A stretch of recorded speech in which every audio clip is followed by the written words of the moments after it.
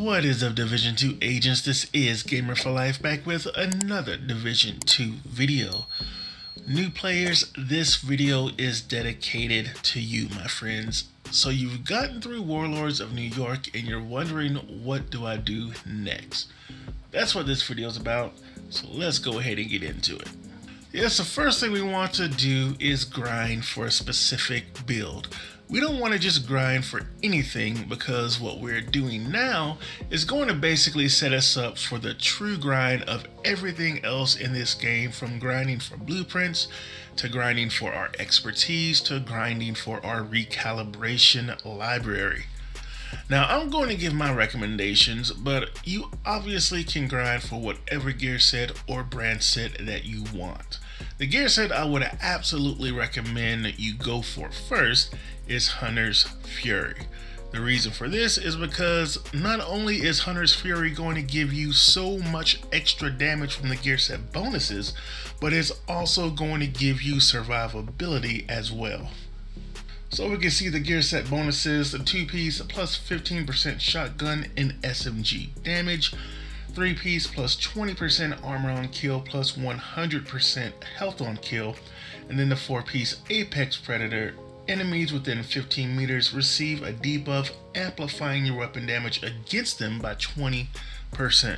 With an SMG and shotgun damage, we're always going to be within 15 meters of our enemies. So that's just an extra 20% amplified damage free.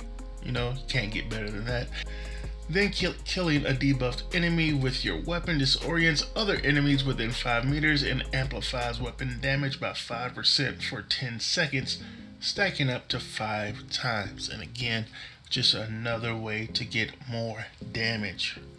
Alright, so how are we going to grind for this gear set? There's 2 ways we can do this before getting started in the open world. One is by going to the summit, which is all the way to the top right of our map, as we can see. And once you get through Warlords of New York, the summit and countdown should be unlocked for you. Now, the farm I would recommend on summit is getting your character to floor 10. On floor 10 is when a boss will be spawned. So here's the farm. When you get on to floor 10, you will take out a few NPCs, then the boss will spawn. Here's the important thing when doing floor 10. Always leave at least one NPC alive. So when the boss spawns, take the boss out. Once we take the boss out and pick up the loot that he drops, we can then press, and I'm on Xbox, so keep that in mind. So I press the select button, which brings us to a menu, and then we would press and hold Y button, and that will take us back to Washington. So basically, before you take out all the NPCs, take out the boss, and then go to our menu and go back to Washington. So at this point, floor 10 is now unlocked, and by traveling back to Washington, it basically resets floor 10, and we can continuously farm this boss, doing this over and over again. The reason I say to leave one NPC alive is because if we take out all of the NPCs on floor 10, then it will advance us to floor 11, and we don't want that to happen. There is no faster way in the game to farm a boss than this. We'll basically be taking him out just about every 5 minutes. And the better gear you get, the higher the difficulty you can go. Imagine farming a legendary boss every 5 minutes. It's what I personally do on my main account when I really want to grind for a specific item with high rolls. The thing about this though is, you're only getting the loot that the boss drops, because the other NPCs don't really drop much. But this is a quick way to get some easy gear without having to deal with other players or diving into the open world just yet. Now, the most popular way, and the way that will get you a lot of loot in a short period of time, is by joining a countdown match. Now, being a lower level player, you may run into some countdown leaders who may kick you from the group because they only want more experienced players. They did change it to where once the countdown match has started, you cannot be kicked from the group. Unfortunately, the leader does have the ability to kick you before they start the match, and I have seen this happen quite often. But if they do, just queue up again, you will eventually get in a match. Now in Summon and Countdown, the good thing about doing these two activities is that you can choose your targeted loot to whatever you want to farm for. So we're definitely going to put ours onto Hunter's Fury. You do that just by pressing down on your D-pad and go down to Hunter's Fury and just click on that. Now again, if you want to farm for something else, then you just set it to whatever gear set or brand set that you want to farm for. So I'm going to do a couple of runs of Countdown. I'm not going to use this build. I want to use a build that simulates more of a player just coming out of Warlords. So I have this random build. You know, the rolls aren't great on it. Talent really doesn't even make sense, you know. So this is what I'm going to roll with. Because like I said, when you're coming out of Warlords of New York, I mean, look at that, combined arms, come on now. So just get level 40 gear. Try to get, when you take Keener out, you'll get some level 40 stuff. Hopefully, you know, during Keener mission, some level 40 stuff will drop for you. Another tip that you can do is, if you have not made it completely through Warlords, since you do have to be level 40 before you do Keener, the Keener mission, one thing that I did to get some level 40 gear quick is when during my grind of the Warlords of New York, I would take out the control points, but I would not open the box in the control points that had the gear in it. I would wait until I got to level 40. That way, once I hit level 40, then I would just hop to all of the control points that I took out and then open the box, because the box is going to give you level 40 gear. So that's just a little tip. Alright, so what I'm going to do is I'm going to go in Countdown and I'm going to run a couple of runs. So I'm going to choose challenging difficulty, and remember, there are 8 players in a Countdown match, so we can choose a higher difficulty like challenging, because there will be players to help carry us through. So trust me, you will be fine. If you feel you are not doing much damage shooting your guns while in Countdown, there will be several objectives that will need to be done, so let your teammates take the NPCs out and you focus on the objectives. Either way, you are helping your team out. Alright, so I did a couple of countdowns. And the first run, I got so much Hunter Fury stuff that the second run, I just changed it to shotguns to see if I could get some decent shotguns. Now, I don't know exactly what I got.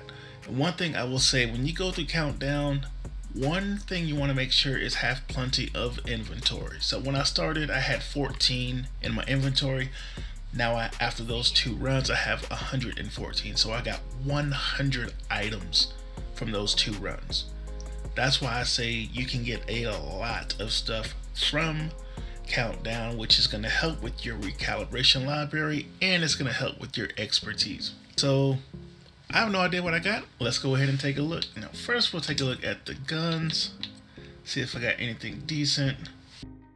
Now, the guns that we're not going to use, so this one, and I will always say, okay, so Sledgehammer can go in the recalibration library, but we have a max headshot damage roll. What you want to do is get your, if you have a max attribute roll, you want to put that in your recalibration library first over a talent, because it's much harder to get a max attribute than it is to get a talent. So we are going to mark this, just press right trigger, mark it for recalibration. Now that symbol underneath the strained logo, that means this is already in my recalibration library. So I already have strained for my SMG recalibration library, so this will just be marked as junk. And what we'll do, everything that you mark as junk, there's 1 or 2 things you can do with that. You can go donate it to your expertise, because if you go to your expertise, here, I'll just show you. If you go to expertise, you can see on the bottom there, donate all junk. And then so anything that you have marked as junk, it will donate it towards your expertise. All right. So, you know, that's why I came over to the recalibration library, so we could just go over all of this stuff while we're going through this gear. Okay. Well, let's see if we got anything decent. Perpetuation, we will use that for, for recalibration library. Nearsighted, we don't have it. So you really want to go for max rolls. Now you could put the highest roll that you have, which is a swap speed. You can put that in your recalibration library, but honestly we want to go for max rolls. But you know, yeah. So we would just mark that as junk. I did get a king breaker, nice. So I'm gonna go ahead and save this for right now because I don't have a king breaker on this. So I did the wrong thing. I want to mark as favorite. Anything you want to save, definitely mark as favorite. I don't believe I have one of these either. Okay. All right. Now, even though I don't believe I have a pyromaniac on this account, but a max assault rifle damage roll, that is big time for your recalibration library. Now before we go further, I just in case you're not exactly sure what your recalibration library is. Now if you have something that you can put in your recalibration, like we'll go to that assault rifle, and the attribute for, you know what, it is core attribute. You need to go to the core attribute, get that max assault rifle roll. Now the roll that we have right now is 12%. So what the recalibration library is when I put this max assault rifle roll in, it's gonna deconstruct the pyromaniac, but it's gonna give me that max roll. So it's basically gonna extract it from the gun. So let's extract that. All right, now what that just did is if I want to recalibrate an assault rifle, that max roll is permanently in my library, which means I can recalibrate any assault rifle that I want to this max assault rifle damage roll. So you can see if I go to assault rifles, and of course I don't have the money or anything right now, but I could put that max assault rifle roll on my king breaker if I wanted to recalibrate that damage. And that's what your recalibration library is. What you put in your recalibration library can now be recalibrated on the gun of your choice. So hope that makes sense. The way you'll know you'll have something, obviously, is those green arrows will tell you. If you have something that you can extract off of it, then it'll have the green arrows. So we'll go to the SMGs. We have 2 talents that we can extract. Let's see what it is. So flatline. We definitely want to take flatline. So now we can recalibrate any SMG that we have. We can change the talent to flatline because now flatline is permanently in our library. So we can put it on any SMG that we want. And again, we want to save that. If we have a max attribute, we want to extract that instead of the talent. So we're not going to extract this talent, but we will go to attributes and extract that off of there.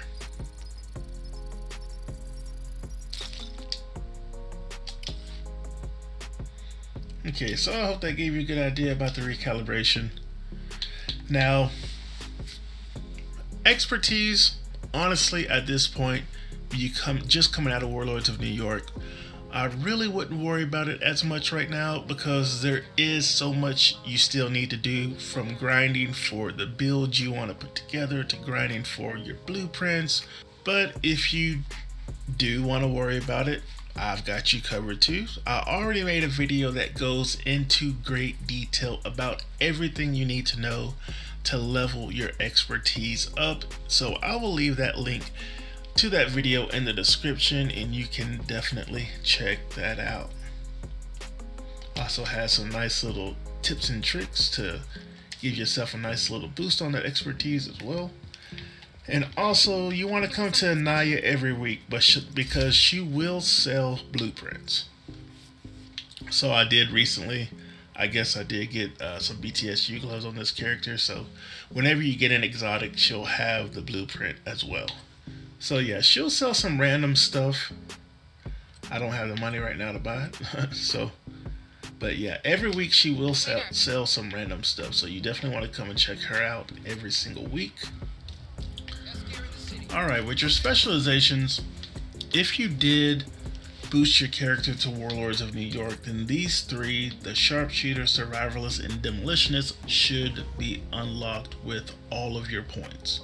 Okay, now if you did not, then I would recommend maxing these out first before you start on these other three.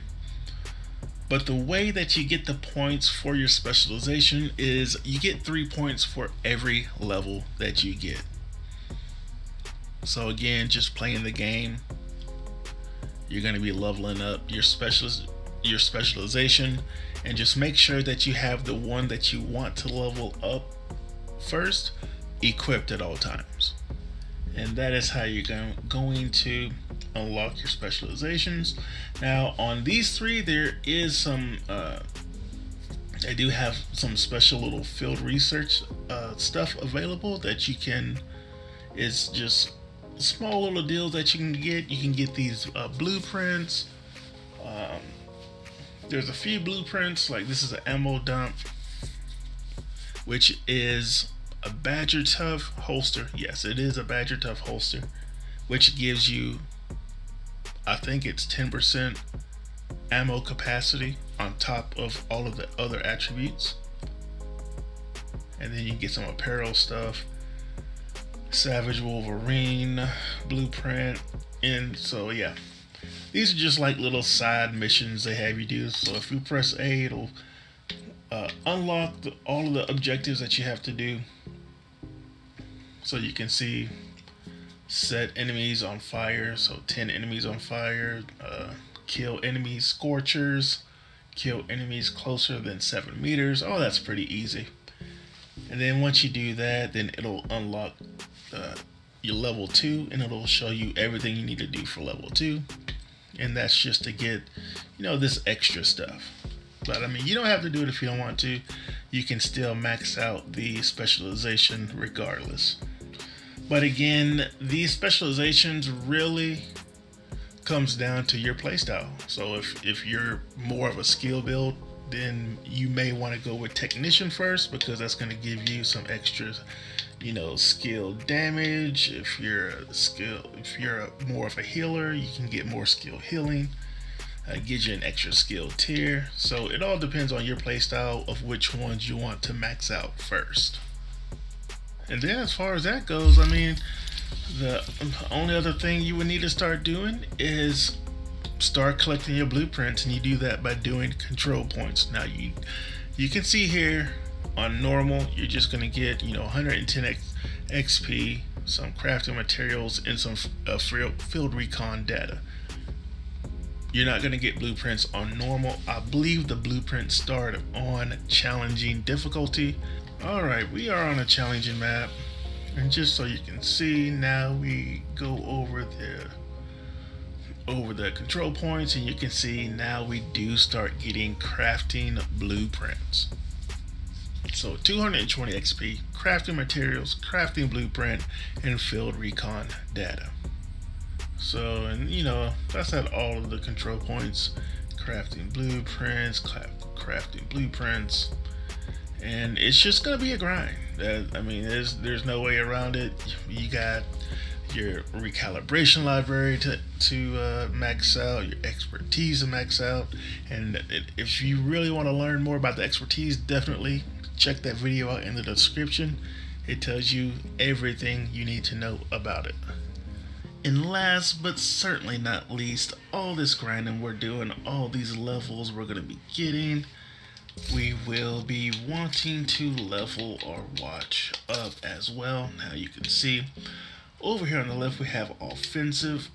Definitely go for weapon damage first. You can see we have headshot damage, critical hit damage, crit chance, and weapon damage, so that's what we're going to spec into. And every time we get a level, this is rotating around, we will get one point to put towards our watch, right? So now on this one, well, on defensive, I would definitely go with armor. Now you guys go with whatever you want to go with. Don't let anyone tell you how to run, how to play your game. If you want to go hazard, get hazard maxed out first and go for it. But like I said, anything that I put out is just suggestions. This is what I'm doing. So in defensive, I'm doing armor first. Handling, I'm all over the place, but I think from here on out, I'm gonna start try to get my reload speed up. So put that there. Then of course, we did get a scavenging, which I won't be using right now. And then the utility, I'm kind of all over the place, but I think from here on out, I'm going to try to get that skill damage up as fast as possible. So that's really the roadmap for anyone just coming out of Warlords of New York. It's basically what you have to do. It's, not sugarcoating anything. It is a straight up grind. But it's a lot of fun, especially if you enjoy, the Division franchise. The grind is fun. I definitely enjoyed it myself coming up as a new player. It was fun. So hopefully you guys enjoy it too. Hope you found some value out of this video. Let me know if there's anything else that you want to know. Hope you guys are doing good, staying safe out there, and as always, my YouTube family, take it easy.